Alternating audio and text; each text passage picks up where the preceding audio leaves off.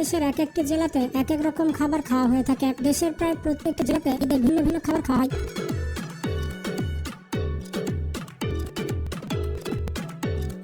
যেমন খুলনাতে খাওয়া হয় চুই ঝাল, এটি খুলনার সব থেকে বিখ্যাত খাবার।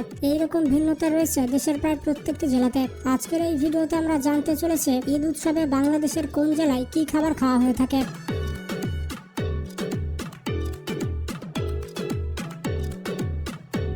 এর মধ্যে আপনার জেলার পছন্দের খাবার আছে কিনা তা জানতে হলে ভিডিওটি শেষ পর্যন্ত দেখতে থাকুন। তো প্রথমে রয়েছে চুই ঝাল। এই খাবারটির নাম আপনারা অনেকে প্রথমবারের মতো শুনলেন।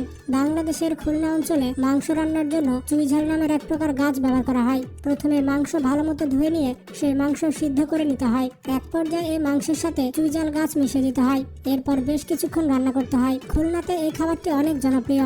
আপনারা যদি খুলনায় গিয়ে থাকেন তাহলে এই খাবারটি হয়তো একবার খেয়েছেন। বিশেষ করে ঈদের সময় এই খাবারটি বেশি রান্না করা হয় এবং ঈদে যে সকল মেহমান আসে তাদেরকে এই খাবার পরিবেশন করা হয়। এরপরে রয়েছে সাতকরা। সিলেটে মাংস রান্নার জন্য এই সাতকরা ব্যবহার করা হয়।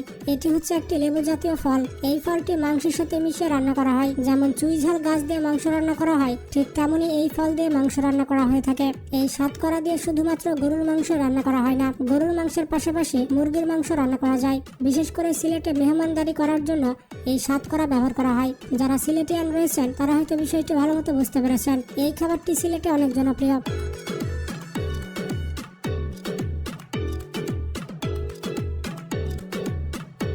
এরপরে রয়েছে কালাই রুটি। কালাই রুটি এমন একটি খাবার যেটি আমাদের মধ্যে অনেকে পছন্দ করে থাকে। বিশেষ করে আমাদের ফ্রেন্ড সার্কেল এই কালাই রুটি অনেক বেশি পছন্দ করে এবং আমি পার্সোনালি এই খাবারটি অনেক পছন্দ করি। যদি হাঁসের মাংসের সাথে কালাই রুটি হয় তাহলে তো কথাই নেই। তো যাই হোক, এই কালাই রুটি রাজশাহী এবং চাঁপাইনবাবগঞ্জে অনেক জনপ্রিয়। বিশেষ করে চাঁপাইনবাবগঞ্জের একটি ঐতিহ্যবাহী খাবার হচ্ছে কালাই রুটি। এই কালাই রুটি সব থেকে বেশি খাওয়া হয় বেগুন ভর্তা দিয়ে। যেহেতু মাংসের দাম অনেক বেশি তাই অনেক মানুষ বেগুন ভর্তা দিয়ে খেতে পছন্দ করে। তো আপনারা কারা কারা কালাই রুটি খেতে পছন্দ করেন তারা কিন্তু কমেন্ট বক্সে অবশ্যই জানাবেন।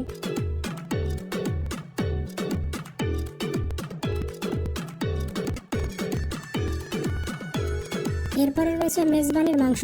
চট্টগ্রামে বড় ধরনের খাবারের আয়োজন করাকে মেজবান বলা হয়। এর পাশাপাশি বড় বড় অনুষ্ঠানে বিশেষ পদ্ধতিতে যে মাংস রান্না করা হয় তাকে মেজবানির মাংস বলে। এখানে আপনারা অনেকে মেহজাবিনের মাংস মনে করেন না, কারণ উচ্চারণটা মেহজাবিনের সাথে মিল রয়েছে।